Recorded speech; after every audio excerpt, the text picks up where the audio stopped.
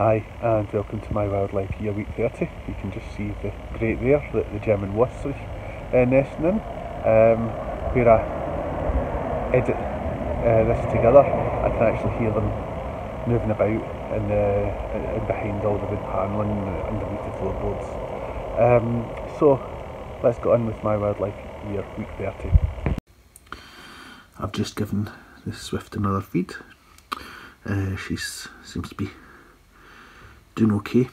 I'm just feeding her on a variety of insects and so pupae and larvae and stuff like that.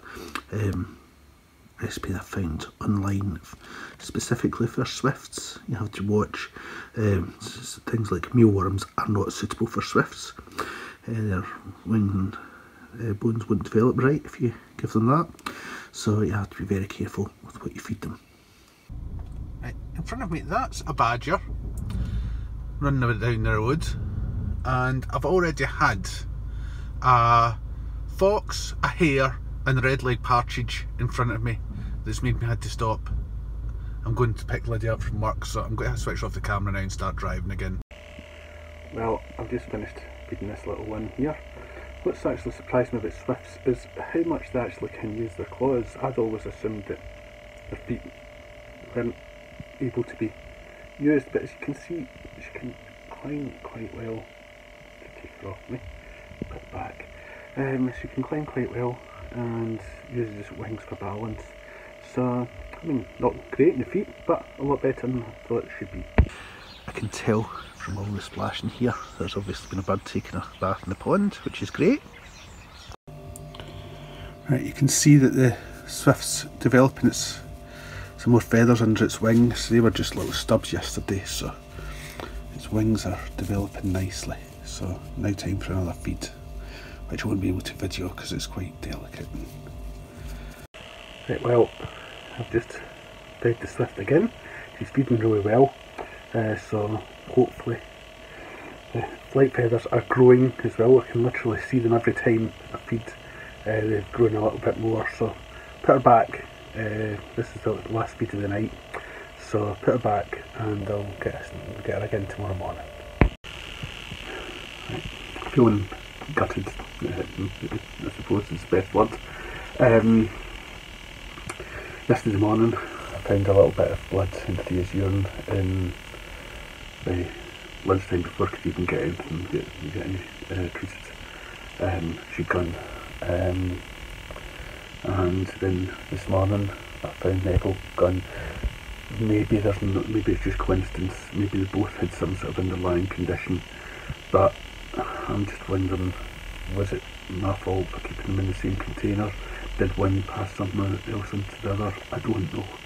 I certainly wouldn't be keeping bats from different roosts in the same container in the future. I just did it because bats are social creatures and they were grooming each other and, you know, an interaction, so I thought it was better to do that. But maybe it's not my fault, maybe it is, I don't know, I'll never know, but that little doubt in the back of my mind's always going to be there.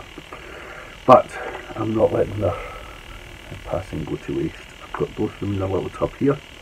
I'm going to pop them in the post to someone that is got in touch with me through a mutual friend, and they're going off to train a conservation dog that will sniff out bat carcasses at wind farms, doing surveys like that.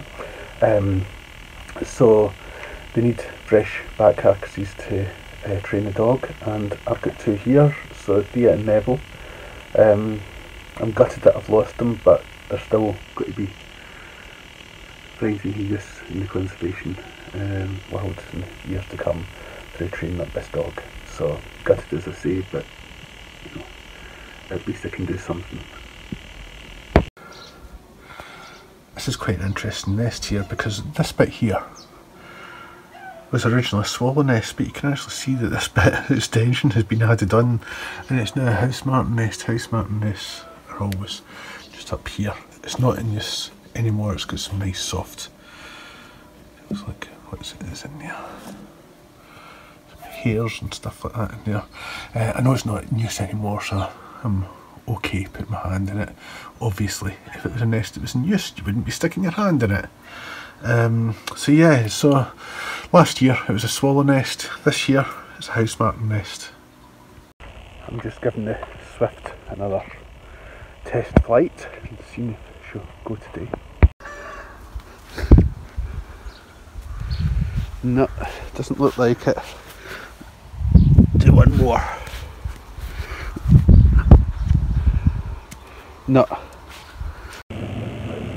Up in Hamilton visiting my friend Scott and his daughter Cara, and about bat detectors, but there's actually in the next door garden, other side of that fence there, there's at least 2 badgers, if not 3 badgers, kicking about in the garden as well. So there's a lot of wildlife around at the minute, so just waiting on bats turning up. There's a soprano pipistrelle out there somewhere, it's just been flying about, hopefully it'll be back in a second.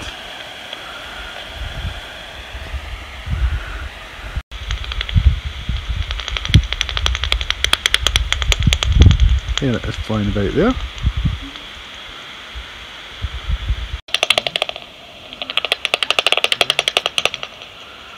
Right. So this one here's nice and loud and clear at 55 kilohertz, which means it's a soprano pipistrelle. So Scott and Cara are down there with their bat detectors. So I think it's just the one out so far, but it's making quite a few passes. This is obviously its foraging site over these gardens. You can hear the occasional buzz there as well. That's the feeding buzz. So it makes a change to be in a different place, listening to bats and watching them fly.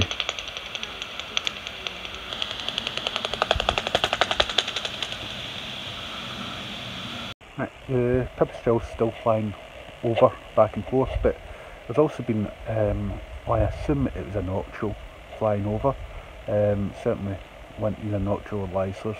I'm not sure if we get lysers up in this part of South Lanarkshire. That's why I'm saying it.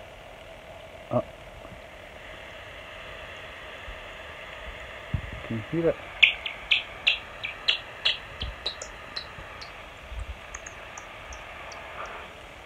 That there is a noctule or a lyser. Are you here for some sort? Wait, I think I just...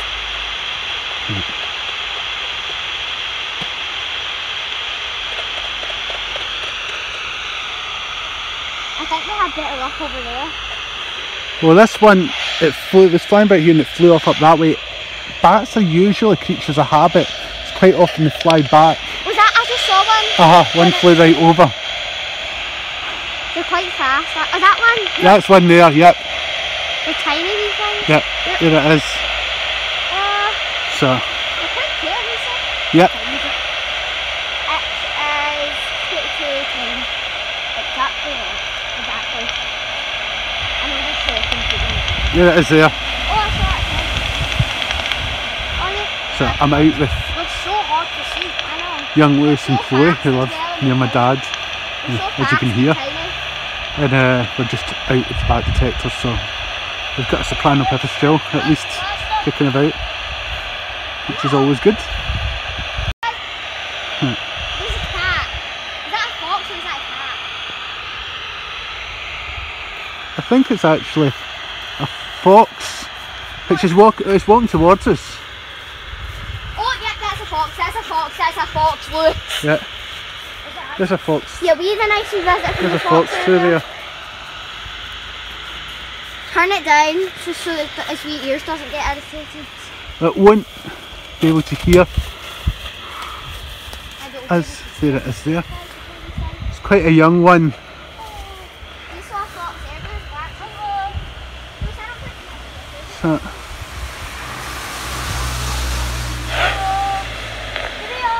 there's a little fox. Not the best quality picture. I've had to zoom in, but there you go. Just me going with you. The We fox, would be running for our life. the fox has just joined us. Come here. You want to fight some bats? Take you? I'm treating like my dog. Do you want to fight some bats? The fox is obviously... Fox! Oh, Kirby, so. Come here, Yeah. come here. Yeah, I think you're right. I think they are more afraid of us than we are of them. Yeah, no they are. But it's still quite... Young. It's still quite young, but I mean it's quite Come bold. I mean, What age would you say it is? it'll Fox. be born this year, I reckon. Wawa. It'll probably just be... Come here. When Wawa. January, February? I would think probably only about 3 months, I'm guessing here.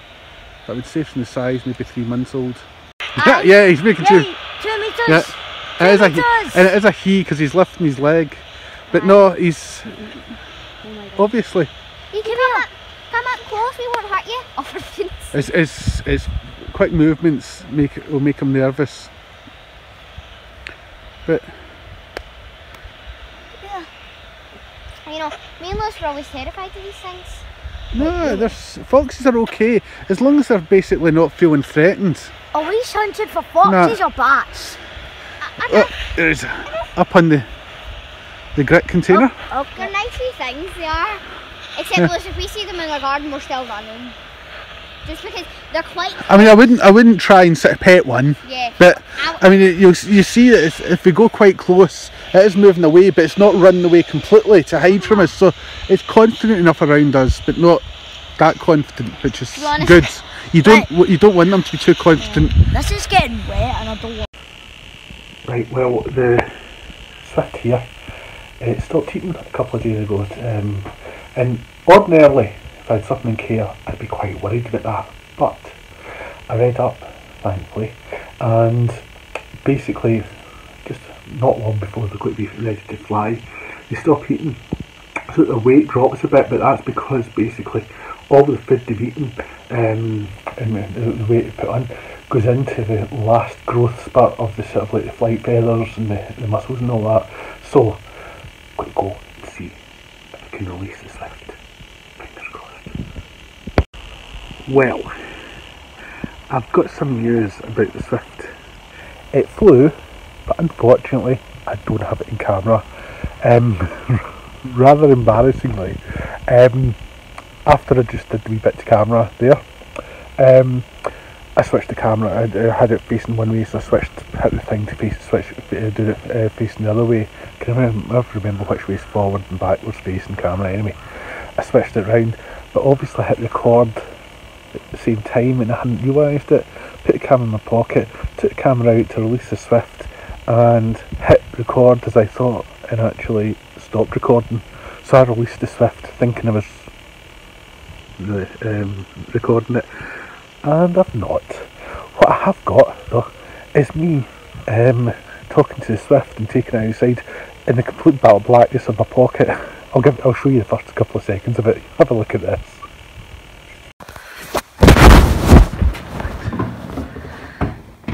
Out you come. Come on. Well, so at least the swift got away. That's the most important thing. Yeah, it would have been lovely to have filmed it, but you know what? It doesn't matter at all. It's really nice to have a positive outcome, especially with, you know, listening to bats and other recent sort of like wildlife rescues that haven't really sort of like turned out well, like this thrush last week that never even lasted a night, whatever was wrong with it. So yeah, so it's really nice to get a positive outcome for a change. Okay, so especially when it was a swift, which are not easy, believe you me. Don't try, if you're not confident about wildlife rescue and stuff and looking after wildlife, do not try and hand feed a swift. It is not easy at all. So anyway, did you hear that there? That's murmurations of starlings. They'll be settling in the hedge, that hedge there, soon enough. So we're just flying over. In fact, that's a bit strange. Come look at this.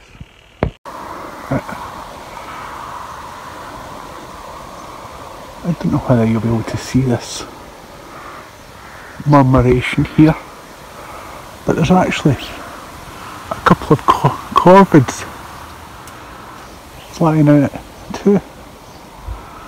I don't know whether they're crows or jackdaws or what. Aye, there's one there.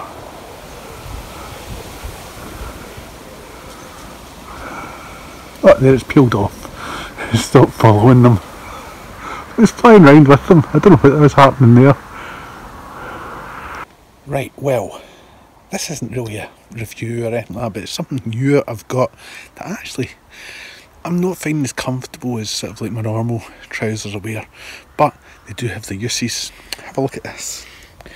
These are cargo joggers, they're called, and what's really I like about them is I don't find them very comfy. I find them they're a bit tight and sort of like around the legs. I'd prefer something a bit looser, but these elasticated ankles are really good.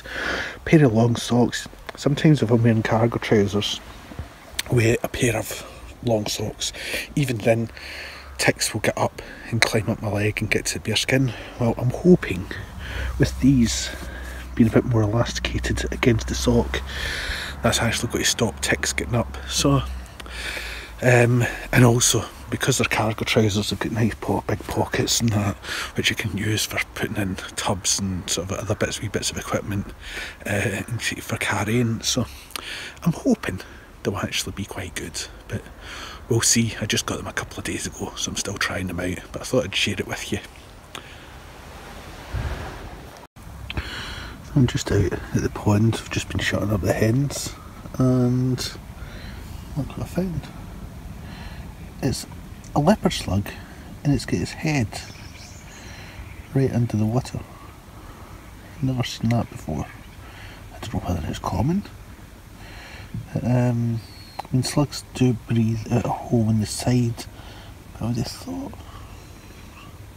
the hole would actually be under the water, but then it can hold its breath. It only breathes in when it opens the hole, so maybe it's just holding its breath. I don't know what it's doing in the water, whether is it eating sort of algae or anything like that in the water, I don't know. Well, this week's My Wildlife Year was had some good parts to it and also some bad news in it, but hope you've enjoyed it, and we'll see you next week for My Wildlife Year, week 31.